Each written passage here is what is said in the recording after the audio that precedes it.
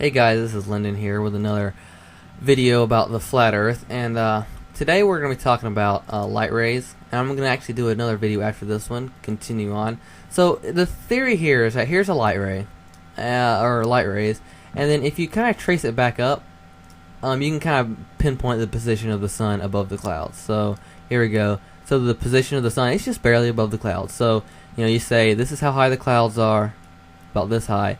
And then, so this is about how high the sun is. All right, so we say it's about 2 times higher than the sun. All right, so that's what flat earthers conclude. They say the sun's about 2 times higher than the earth.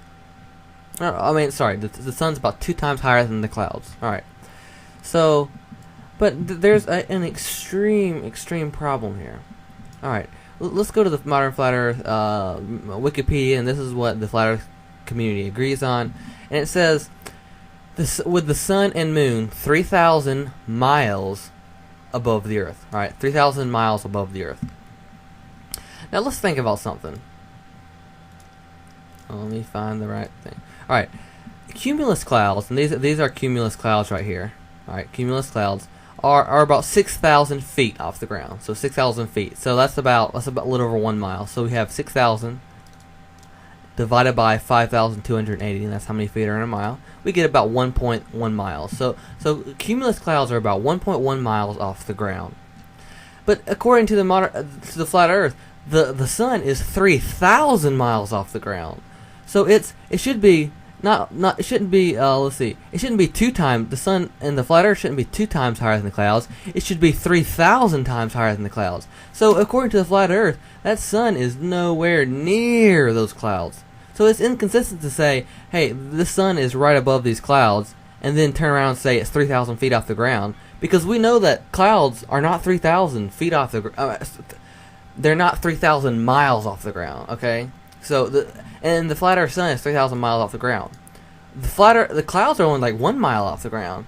So here flat earthers say that. Okay, here flat earthers say that the clouds are 1 mile off the ground, but then they say the sun's next to the clouds, but then they say the sun's 3,000 miles off the ground. That's 3,000 times higher than the cumulus clouds. You get that? Do you get what I'm saying here? It can't be next to the clouds according to the flat earth theory, because clouds are only 1 mile, and then the sun's 3,000 miles. So it's not a rational explanation to say that the sun is next to the clouds. That's why the light rays are not parallel. That's not a rational explanation. The way, if you think about it, it has to be because of perspective. Like, these railroad tracks are parallel, yet they don't look parallel because of perspective. And it's the same way with these light rays. The sun, even according to flat Earth, is nowhere near those clouds. It's 3,000 times higher than those cumulus clouds. But yet flat earthers say that the sun is right next to those clouds, and that doesn't make any sense. All right, so I'm just showing you the inconsistency here. That doesn't make sense, and I hope you guys understand what I'm saying.